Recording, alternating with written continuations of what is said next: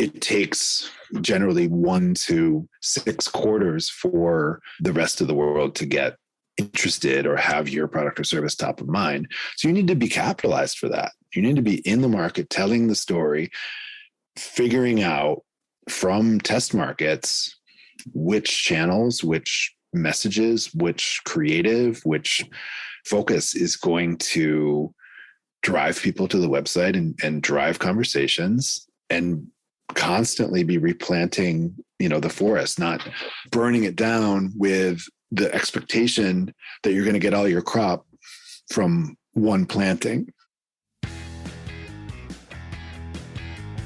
Welcome to the Simple Brand Podcast, the show dedicated to helping you create simple experiences for your customers and for your team members. Each week, we're bringing you amazing interviews with business leaders and authors who will teach you how to differentiate your business with the one thing your customers need the most: simplicity. Your customers live in a complex world. Let's make it simple. Now, here's your host, Matt Lyles. Whether you're a budding entrepreneur, an established small business owner, a marketing leader at a large corporation, or somewhere in between, the traditional ideas on building a brand are usually considered essential to any solid marketing strategy. But what if they're actually not essential? What if everything you've learned or you think you know about branding doesn't actually have to apply to you and your business?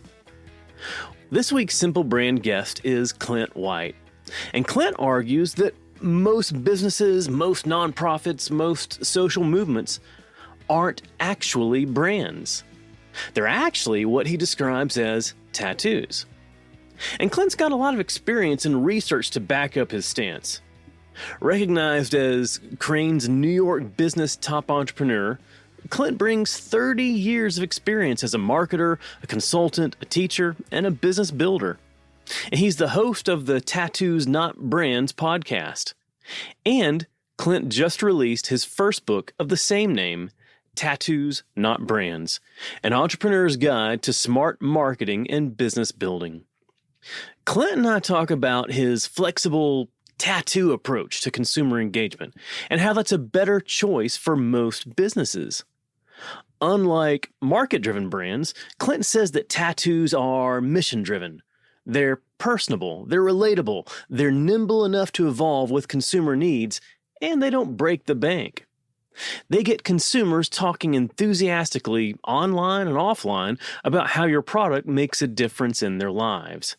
So not only do we talk about his tattoo approach, we also discuss the simple steps that you can take to prepare for success and identify the right approaches to marketing that'll best work for you and your product. So here it is. Here's my interview with Clint White.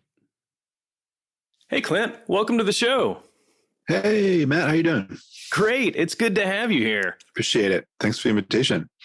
Well, so I'm excited to talk about this. Your first book, Tattoos Not Brands. Congratulations on that.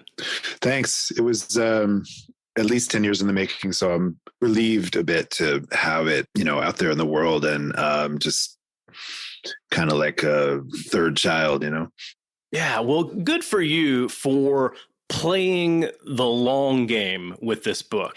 I get so heartbroken when I see so many book writing gurus that are saying, hey, take my course and you can write your book in one weekend, or you can write your book in 30 days. And I look at it, I was like, yes, you can probably write a book in that amount of time, but is anybody going to want to read it?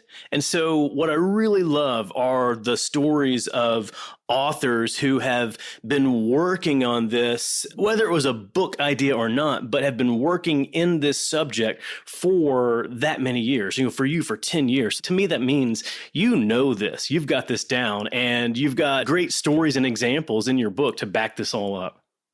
Yeah, in retrospect, I'm glad that I didn't rush it, and 2020, 2021 were important to have in the mix of that experience set, and to be put in a place of extreme ambiguity and weirdness is helpful for content. And it does start really when I quiet English major, stepping into the marketing world at a museum. And it includes that journey as well, which I think is important.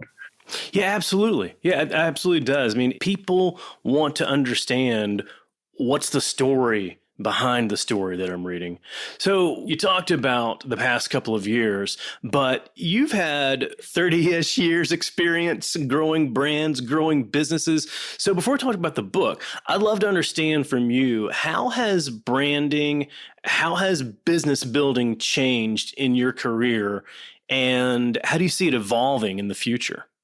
My starting point, like I said, was from a museum and from the arts and culture background. And what's amazing about that is you have content that's extraordinary. You have content that is sort of pre-vetted as special. And if it's in a museum, if it's on a stage of a theater, opera, dance, if it's on the screen of a movie hall, if it's in a music venue, then there's something there, right? So content has always been on our side in the arts. What we don't have, or what's limited and what tends to be differentiator, is the financial resources and the acumen to use best practices and compete with other sort of demands for people's time. So 8 years of arts and culture stuff were followed by 22 years of agency work, 10 years with somebody else's, then 12 years with my own. I saw happening was two things. One, I was getting older and getting bored. So I felt like I had sort of done as much as I could in arts and culture. And the ones that we continue to work with were best in class, high resource ones. So we continue to do well with that. But I kind of took a gamble and decided to try to see if the approach, the scrappy, creative, entrepreneurial, hardcore negotiating and expanding resources in almost like a hacking way would work with startups and small and mid-cap companies. And it turns out it did. I had the opportunity to apply this type of thinking to major financial services, major e-com companies that were acquired for billions of dollars. And I was encouraged by that, and I got the mojo back, and I see the scrappiness get applied to business building in a way is in an omnichannel approach and in a back to basics approach. Like we can't skip steps and succeed. And my book is really all about that. Well, and that's what I want to get into now as well is, understanding what are those primary steps, but then also talking about the difference between, tattoos versus brands. So let's go ahead and clear that up right now, because I know a lot of people are asking about that. So like, what's the difference between a tattoo and a brand? Sure. Well, I want to preface this all with the fact that I'm not a brand hater. I'm not trying to win an argument here. Right. It can sound like that, but it's a fairly simple thing. A brand is a rigid, forceful thing that is put into the ecosystem and requires you to pay attention. That's done by a variety of components that have to work together. Usually 4 out of 5 have to work together. You have to be in market for a significant amount of time. Right. You have to expend generally over $2 billion annually in promotion, advertising, sales, etc. You have to have a desirable product. There's something that is ubiquitous and has demand across the segments of the market. You have to have the ability to be nationwide. You have to be available to all of the consumers within a marketplace. And finally, it has to be something special or required about it. So that can be either something like Kleenex, right, or Xerox. Those are things that have clear positions in the necessity chain. Or you have to be so desirable because of a special talent like Michael Jordan or Elvis or name the Prince or some music. Harry Styles. Yeah, exactly right. That something that is memorable because it is so extraordinary. Gotcha. That's a list of 5 very high bar things. And hardly anyone who is talking about becoming a brand has even one of those, honestly. Right. Yeah. Sometimes it can be a long journey. Sometimes you may have disruptors that are able to come in and kind of get to that journey a little bit quicker than more established brands, but it takes a lot. Zoom, for example, is one of the things that one of the brands that was built, in the course of 6 or 8 weeks in March 2020. It was around. Right. Sure, we used it in higher ed. We used it in certain conferences and whatnot, but everybody was using it nationwide, if not globally in the Western world within a few weeks. So there are exceptions. That's a really good point. So the other thing about it is I'm not making these rules. I'm observing these rules from essentially the top 200, brands that are literally spending that much money in the marketplace. And that's a huge part of it. So that's a high bar. And it also denotes rigidity. A brand is rigid because it has to be. It has to be consistent. It has to be essentially one thing, one benefit to millions of people, like Coke. Sure, there's a lot of Coke products, but Coke provides a satisfying beverage to the masses, right? To people that all can agree that it might be something that they might like. As it relates to rigidity or being rigid, do you think that comes with the brand management, the brand protection that's done in the organization? There's a lot of work creating, sometimes like we'll call them brand guidelines, but a lot of times they really are just brand rules. They're brand rules. Yeah. And everyone in that field that is being rigid is doing it right. I mean, that's the whole point. There is rules, and Coca-Cola Red is Coca-Cola Red. And that's why people 3 or 4-year-olds can recognize McDonald's before they can read, right? Yeah. It is a symbolic ownership of certain colors, shapes. Anyone who's doing that is clear on generally that they have to be rigid and in a way that is going to deliver more market share if they're or not lose them market share. So there's the rigidity, and then what this vetting process does is say everybody else is a tattoo, and that's a great thing because flexibility allows for a creative approach, and it allows for the process that I have used and I write about is essentially you starting with competitive analysis, you understanding what's going on in your market, then seeing either gaps or the reason to be a follower or a not looking to do anything different. You craft your USP, your unique selling proposition, so that your position in the market is clear. Once you have that, you do a marketing mix layout where you're understanding what your product, price, place, distribution, promotion is in concert with your USP. How do you be the company, the organization, the movement, the person that speaks to that gap in the market? Those 3 steps are rarely done by most marketers. Yeah, it should be, and I think if people are being honest with themselves, they'll agree with me. And it's okay to go back and do it.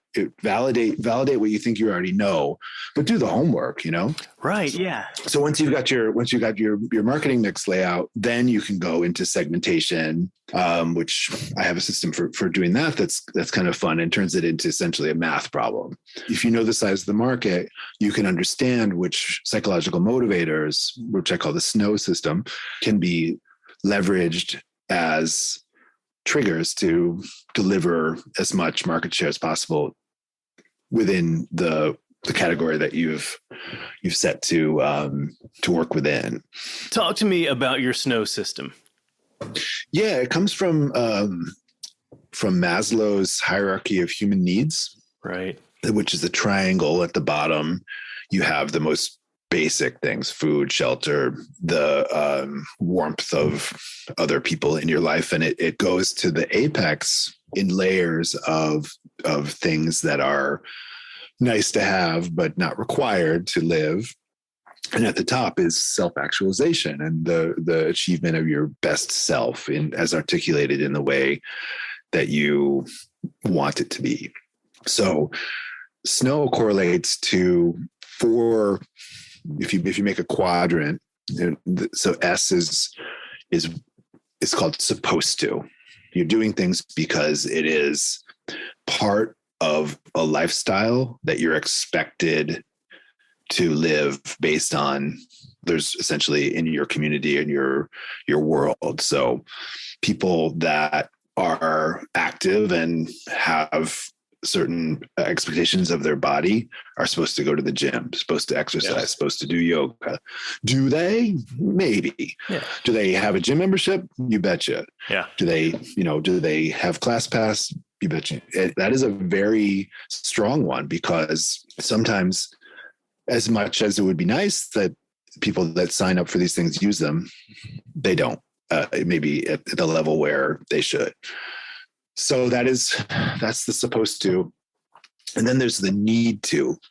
Need to is the most fervent and excited energy that can go towards something like a Harry Styles concert or the latest, iPad or iPhone, where it doesn't matter what it costs. People will go and they'll be the ultimate advocate, and they'll do your influencer marketing for you if you have something that is so desirous. And the most important thing there is to leverage the variable of price. Make sure you're getting the best margin possible when you have something that has that level of attraction.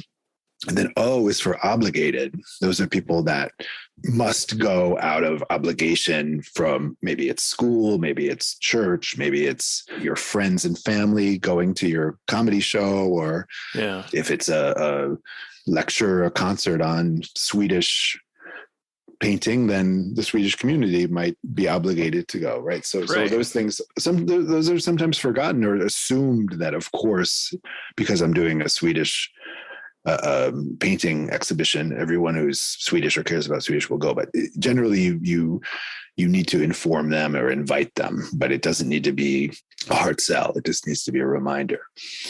And then finally is the want, people that want to, and that is a sort of hitting the space in between supposed to and need to.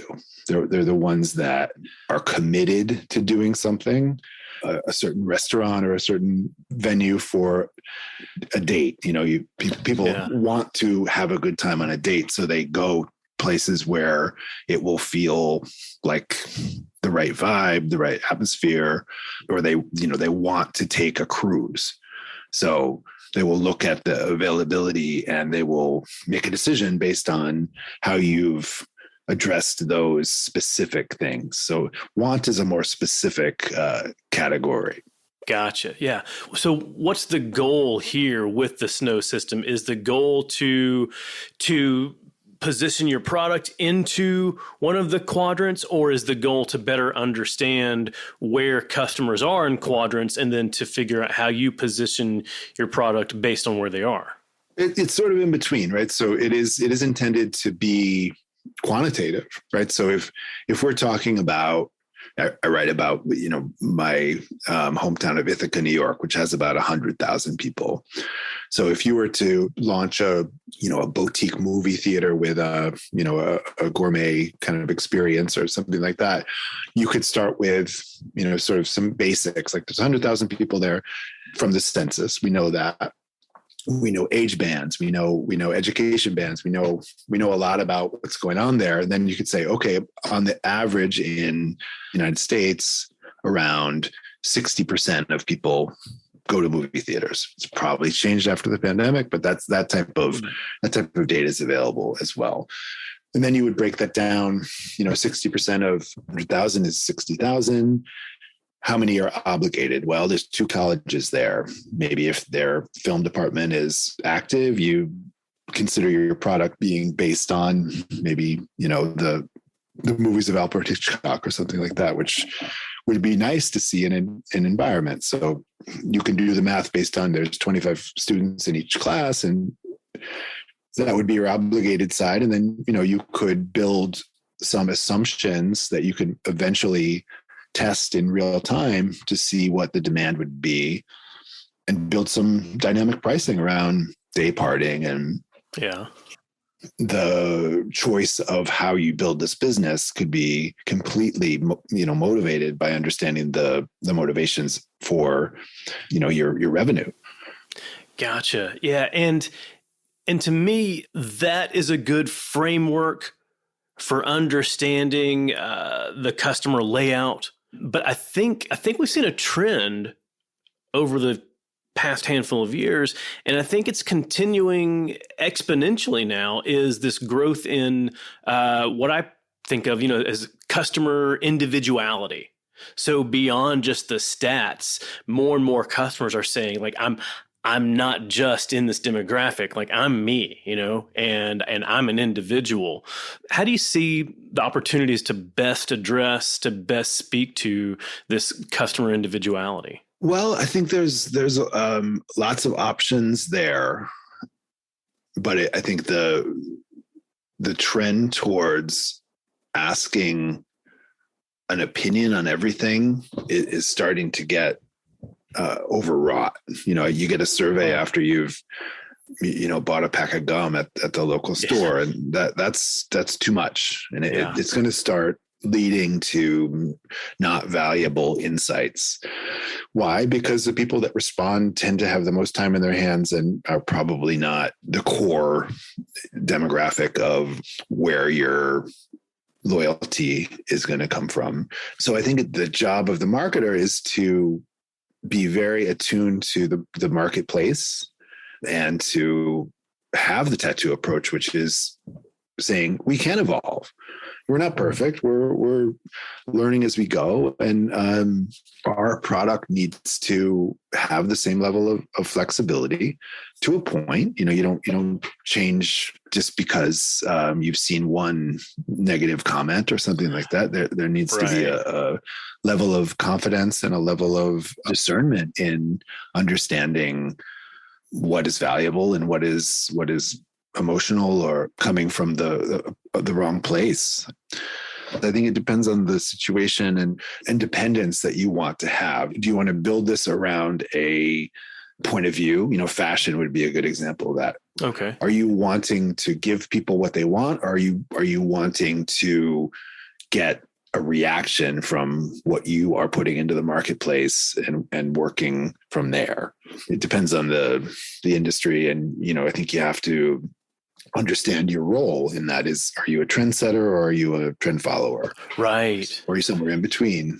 Yeah. So setting up those goals ahead of time and saying, like, this is what we stand for. These are our goals. This is what we're going to stick to in the long term. Yeah. And that's, for me, that resonates with the tattoo. You're putting something out there that is meaningful enough to you, and like it or not, right or wrong, you're asking for a reaction because of the level of exposure that you're giving it. Could you hide it? Could you hide a tattoo? Sure. Could it be an underground thing? Could it be only for a certain situation? Sure. Or could it be a loud and proud face tattoo, a hand tattoo? That's great because it's your choice. You're doing it for a reason, and you're standing behind it because it does have a level of permanence that should be there. It shouldn't be, a temporary thing if that's what you're devoting your life to or putting your passion behind. Gotcha. We've talked about tattoos versus brands, and it sounds like at that point where they've got a lot of flexibility, they have the ability to either make mistakes or to be creative and innovative in how they build their brand, how they build their business. You've defined 3 different tattoo types, right? Can we walk through those? Sure. So classic is the ones you see most often. Right. You know what they are, right? Mom is a big one. Anchors.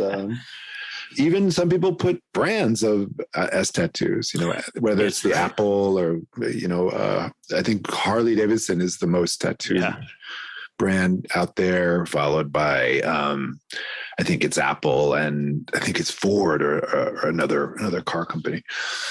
So those are classic. Those are easily definable, easy to understand, generally have been around for a while and have meaning on their own. Then there's contemporary, the ones that are more trendy of the moment. You see a lot of sort of anime and Japanese airbrushing techniques and things from popular culture.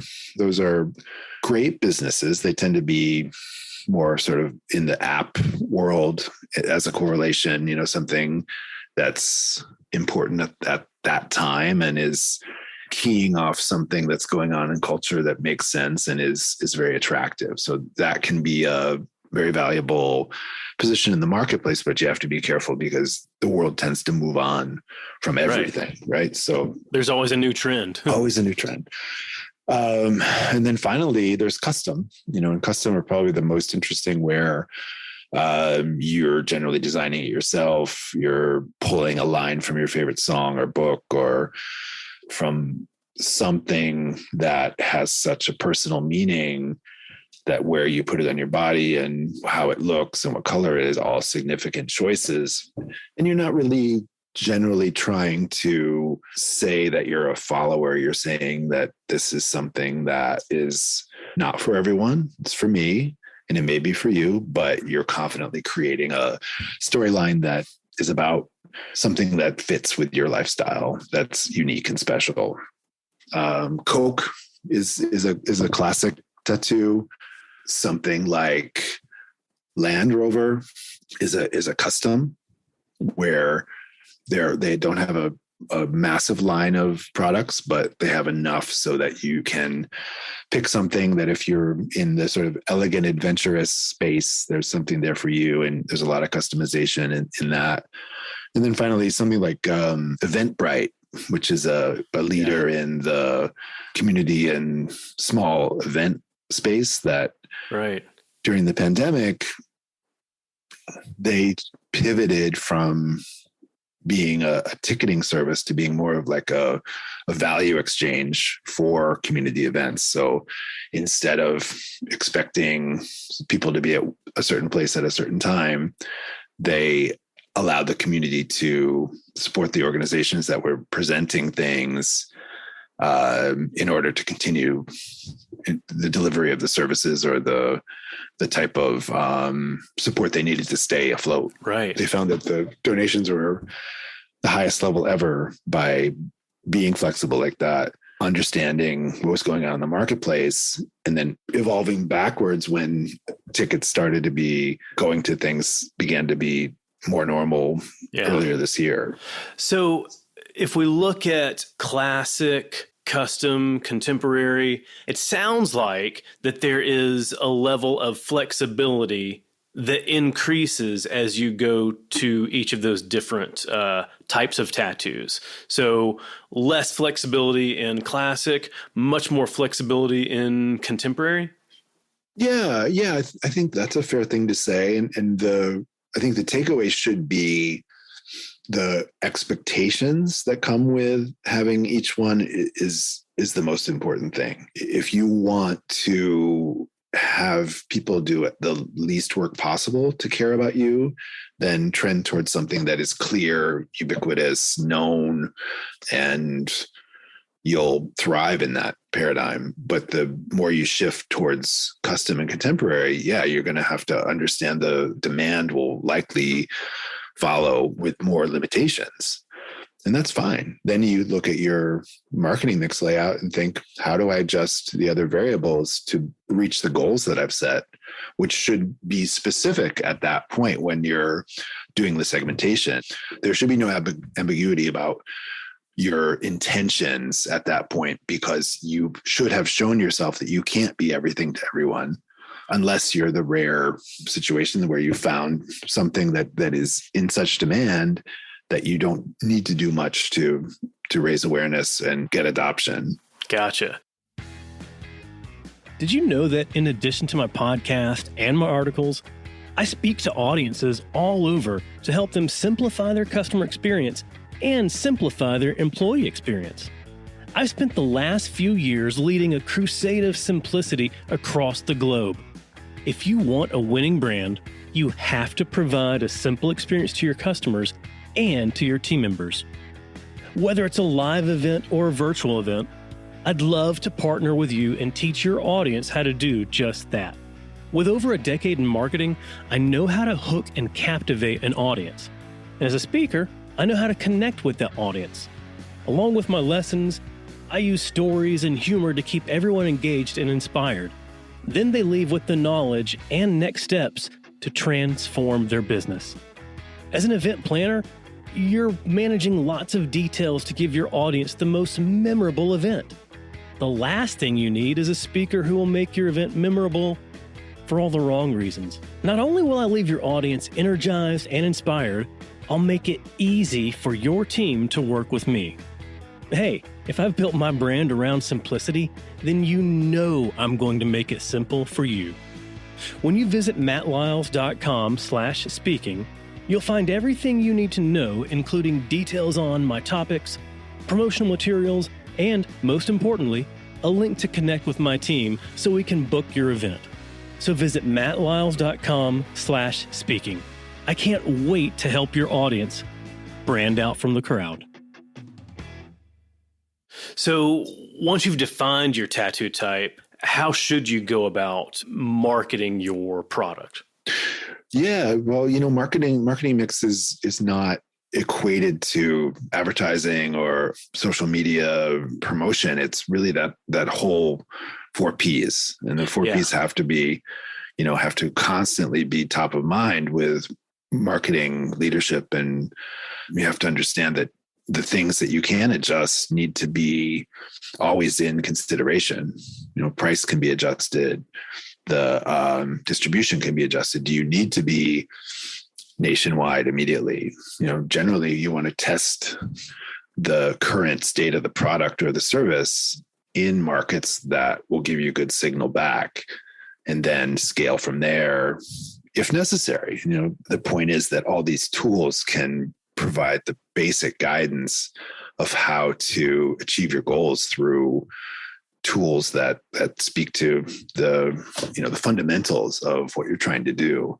That it should prevent you from saying you want to be a brand and you want to be everything to everyone, because it won't make sense. It will not succeed except in a very specific situation. Right. Yeah. Well, once you know your tattoo type, do you think you're stuck with that, or is there the ability to evolve, change to a different type? Well, if you've chosen to be a classic tattoo, then you are pretty stuck because you've chosen a rigid approach, and that may be good. Yeah, I can see that. Yeah, right. And the others, with the custom, I think it has the most flexibility, and it becomes your job to create interest and intrigue in what you've deemed to be interesting. Something like Crocs, I think, is a really interesting company. So Crocs is very specific in one way, but they've been very successful in customizing the way that you can enjoy it. And they've kept a price point at a level where it's not cheap and it's not expensive, which helps with growth. But it also, it's not a brand because it has the kind of polarizing effect of not being desired by masses. Yeah. In some ways, a really good example to use on the snow analysis, because in the medical community, you're almost obligated to use that based on comfort and the fact that everyone else is wearing them. And then you can use the other variables to bear out the fact that some of them are so special edition that they're just like sneakers, and the ones that are styled or designed by celebrities are in the need to have category. Right. There's people that try them and maybe wear them on special occasions. And then there's those that make it part of their lifestyle and they'll want to because they are comfortable, they're quirky, That's an example of a tattoo to me that has used the custom approach as opposed to the contemporary approach. If they were contemporary, then they would have phased out because it would have been a trend. They've been smart in paying attention to the market, giving those that want and need them the consistency. Like if you wear orange Crocs to work, then darn it, you better give me orange Crocs in my size and not run out of them. But if you want the special ones, then lots of angles to come in. Yeah, absolutely. I guess not to hypothesize too much, but you're right. Based on how you've described your tattoos, I can see Crocs as being in that custom area, that custom category of tattoo. And with Crocs, I've seen where different demographics, they have been trendy at different times over the past, what seems like 15 years or so. I've seen where, in some Gen Z, and maybe we're on the back of that trend or whatever, just based on my observations, they have trended a bit. And so I'm curious, if you keep it at custom, then that offers the opportunity for you to kind of capture and allow trends to happen, but not focus on trend as the priority. Yeah, I agree. I think that's been very well managed by them, and it seems like they're having fun with it as well. Oh yeah, that's nice. That's infectious. That's something that tattoos can do a lot easier with a lot more effortlessness than brands. When a big soft drink maker tries to have fun, they tend to get into trouble, and because people want it to be rigid and consistent and just not ambiguous. Yeah. So I guess there's waves of different things that can happen in culture and in demographics. And if you're a classic tattoo, it makes it a lot harder for you to be able to ride those waves, so to speak. We know those waves come and go. Those waves are going to break and then they're going to go back out. And another wave may come after that. Yeah, well, brands can withstand those things because they are able to leverage the rules of being a brand. Right. They've been in the market forever, or it seems like they have at least $1 billion, $2 billion to stay top of mind and course correct any misperceptions. In the end, they are something that is desired and is great.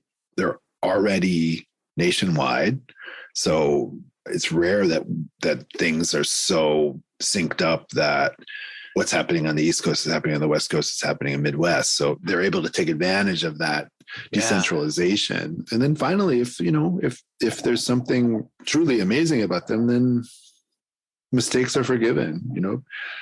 I was reading last night about sort of the biggest marketing failures, and everybody loves to talk about that, and the Kylie Jenner one is for Pepsi is at the top of just about everyone's list.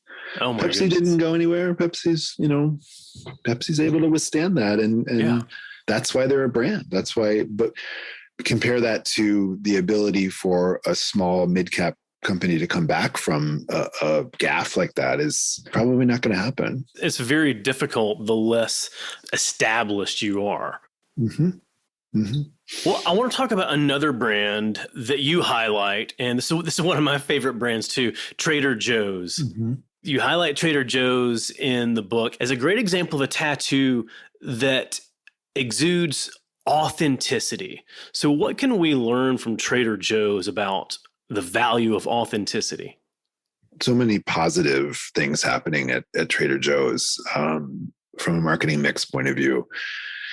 The ones to pull out at this point are their restraint. They're not trying to do everything. They're doing the things that they know they can do well and are leaving the other things to others that do it well, So you're not going to buy, the standard cleaning products at Trader Joe's. You're not going to buy kids' lunches, right? But you're going to get some amazing international food that is fairly priced and constantly evolving. You're going to get some beautiful flowers and some interesting chips, and there's no basket at Trader Joe's that's the same. And that's one of the hallmarks of a tattoo. Oh, that's a good point. Yeah. Some of the things that we go there for, sometimes when we're there, and if there's some produce that we know that we need and they have it, we'll pick it up. But there's some things that I go there that are very specific there. Their chicken shawarma, which I love, their Yep. potato latkes, and their my kids love their cinnamon letter cookies. You know? Mm-hmm. Yeah, right. And everybody has that list. Right. And that's not to say everybody's cart at a grocery store is the same. It's just to say the restraint has turned into a really positive thing because the variety and the unique aspect becomes really interesting. And you go there not only to get stuff, but it's kind of fun. Oh, yeah. There's a vibe that comes from the satisfaction of the people that work there and the lack of apology for a line that snakes through. The ones that I've ever been to in New York City are just chaotic in a way, but it all works. It all works. And people, during the pandemic were waiting, an hour or so to get in, and it wasn't the end of the world. There's something going on there. Absolutely. And you mentioned, something else that's really special to them are their people, the employees, the team members that Trader Joe's have. And they exude something that few other retailer employees exude. And I don't know if you want to call it, just empathy, or if you want to call it, like sheer value and love of their customer. I think when customers feel that from Trader Joe's employees, they're more apt to be understanding of any sort of long lines. They're more apt to be nicer to the other customers that they're, bumping into or whatever. So I think that the Trader Joe's people help bring something to that authenticity as well. I think about that in terms of UX, in terms of user experience. Yes. Which a lot of times gets unfairly lumped into how people use a website or an app. And the better way to think about it for me is, how does a customer feel before, during, and after their experience with your product or service? Yeah. If you can start to think about that, you're headed right to where you're going, Matt, with that, which is if there's a level of respect and dignity and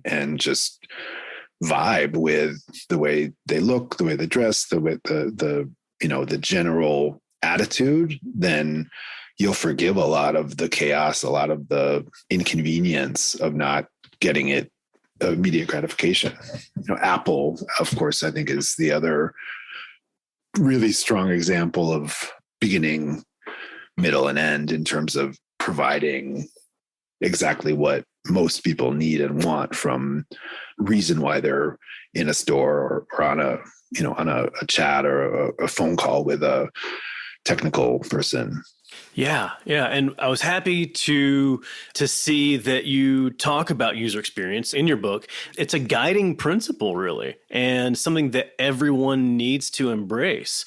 So what's the real value when we embrace user experience as a guiding principle? When it's done well, it fosters loyalty and advocacy, which is superior to anything because your customers become your best promotion.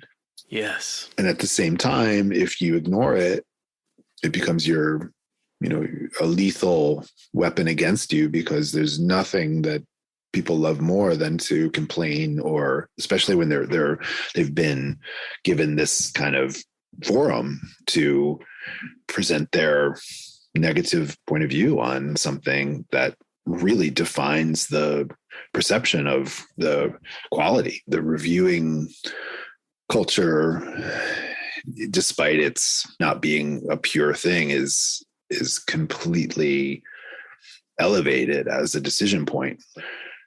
In the book world, it's very true, and just about anything from restaurants to movies to shows to you name it, travel experiences, airlines.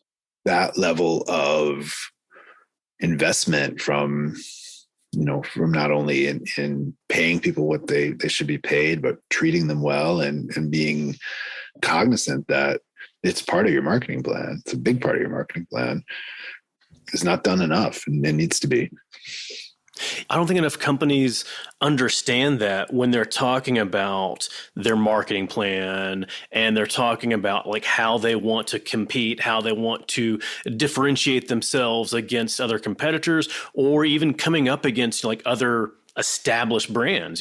We've talked about like those established brands, are spending billion plus in advertising, whereas when you're not at that level, one of the best investments you can make would be to be in your customer experience, your user experience. And I love how you mentioned that it's not just investing in that experience itself, but it's also investing in the people.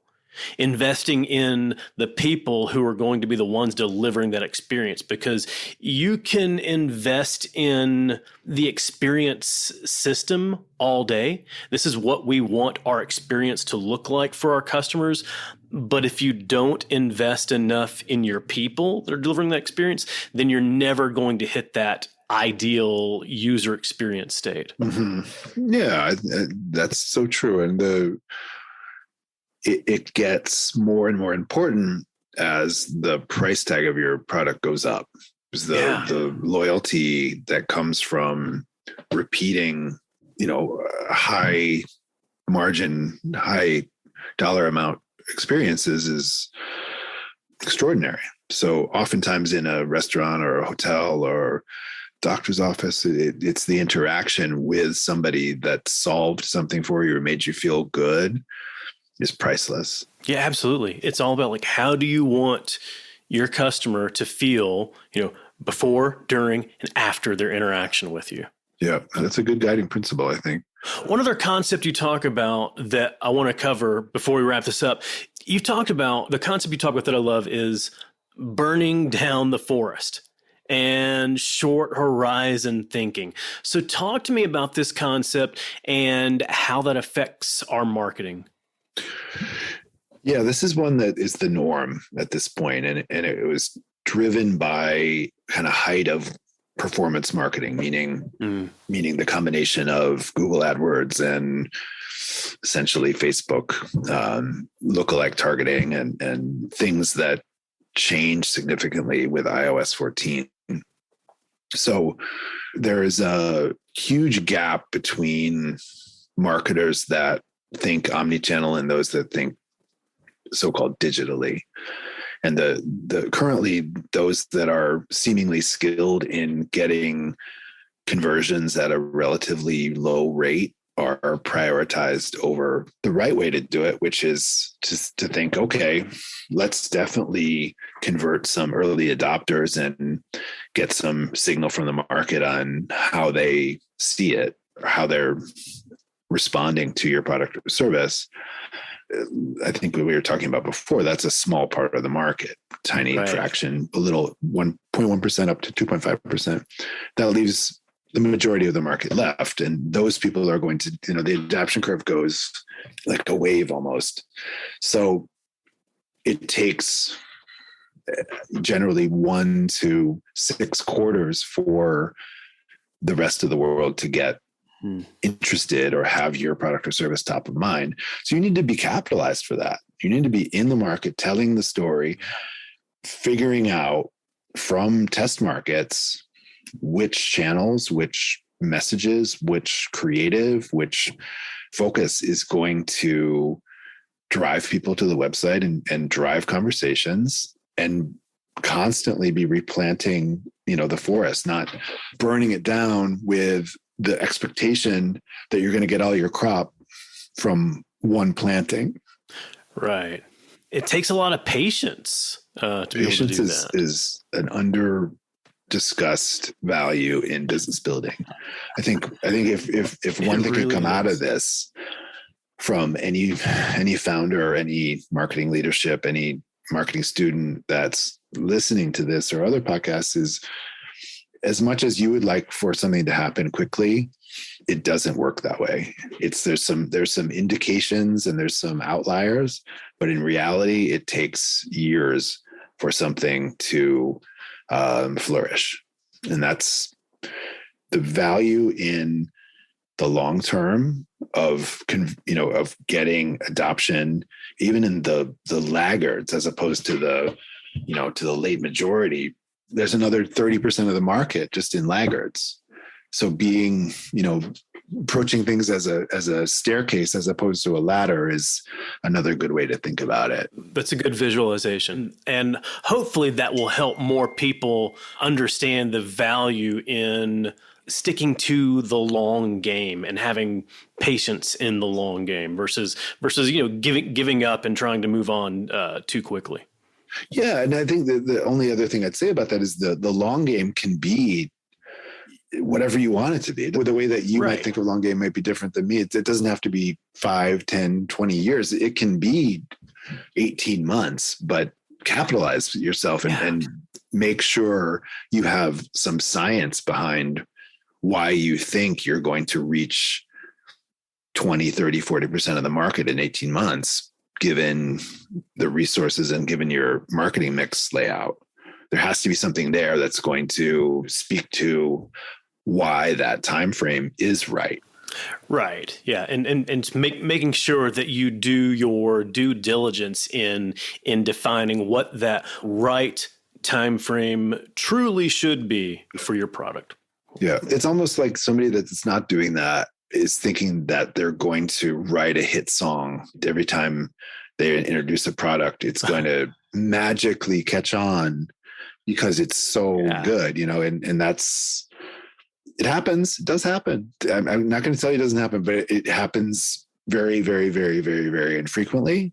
Yeah. Great if it is happening, but the more of the reality is you work on your craft and you build songs that some people start to get into and it gains momentum. And then it hits a tipping point or not, at which then you recalibrate because you have your marketing mix layout and you can adjust that. Nobody's saying the price has to be constantly what you set out at. It can be changed. Your distribution could be changed.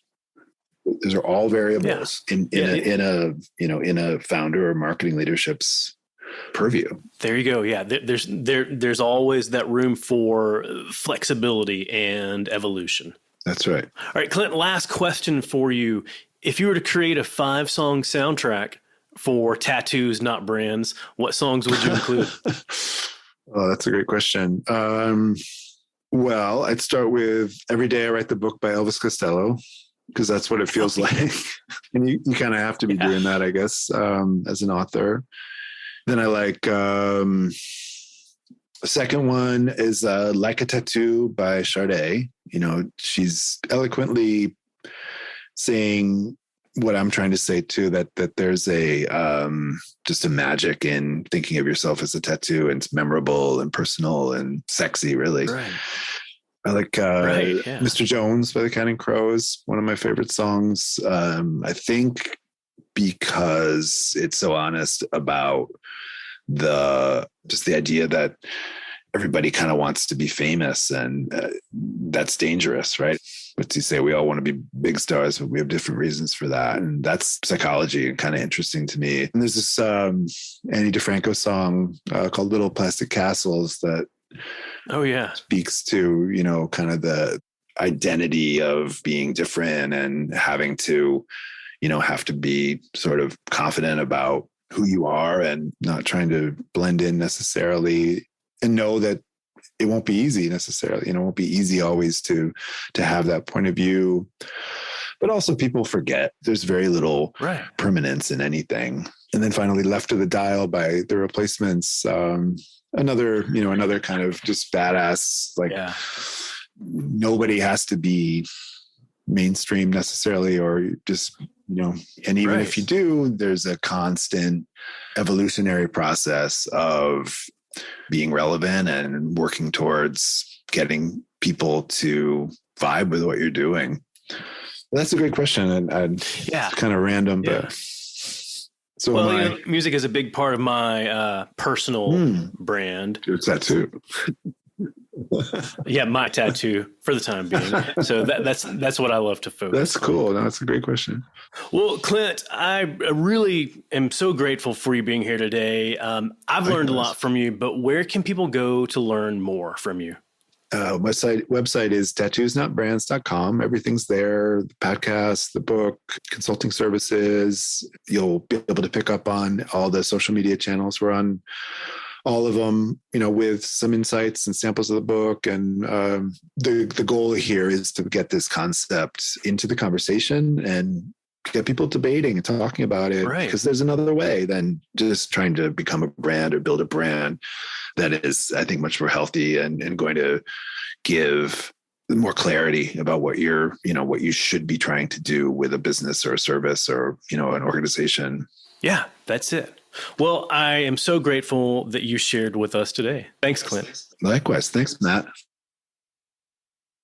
I hope you enjoyed my discussion with Clint White. So go and learn more from him at tattoosnotbrands.com. You'll find lots of opportunities for how Clint and his team can help your business. From business planning to market research to marketing strategy and much, much more, Clint's team offers consulting services to help you build or rebuild your business.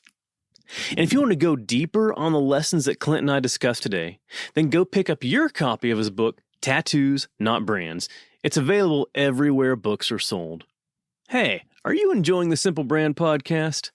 Well, if you are, go ahead and hit that subscribe button because it's going to make it so much simpler for you to get future episodes like the next one featuring Dave Delaney. Dave's a keynote speaker, an author, corporate trainer, and host of the Nice podcast. And Dave's the founder and head of Future Fourth, where he helps leaders of fast-growing companies retain talent, improve communication, and strengthen their culture. Dave and I discussed lessons from his NICE methodology that helps leaders learn how to foster communication mastery and build a strong culture in today's complex environment, the NICE way. And we also get into his improv comedy background to discuss how improv can actually help you grow a stronger and more engaged team. So go ahead and subscribe. You'll automatically get Dave's episode as soon as it's live. Until then, keep it simple. Thanks for joining us for this episode of the Simple Brand Podcast. Want to make your listening experience simple and automatically receive each new episode? Visit our website, simplebrandpodcast.com, where you can subscribe to the show in iTunes, Spotify, Stitcher, or wherever you listen. If you're finding value from the Simple Brand Podcast, leave us a rating or review. That helps us get the show to the ears of the people who need it most. Be sure to catch Matt right here next week. Same Matt time, same Matt channel. Until then, keep it simple.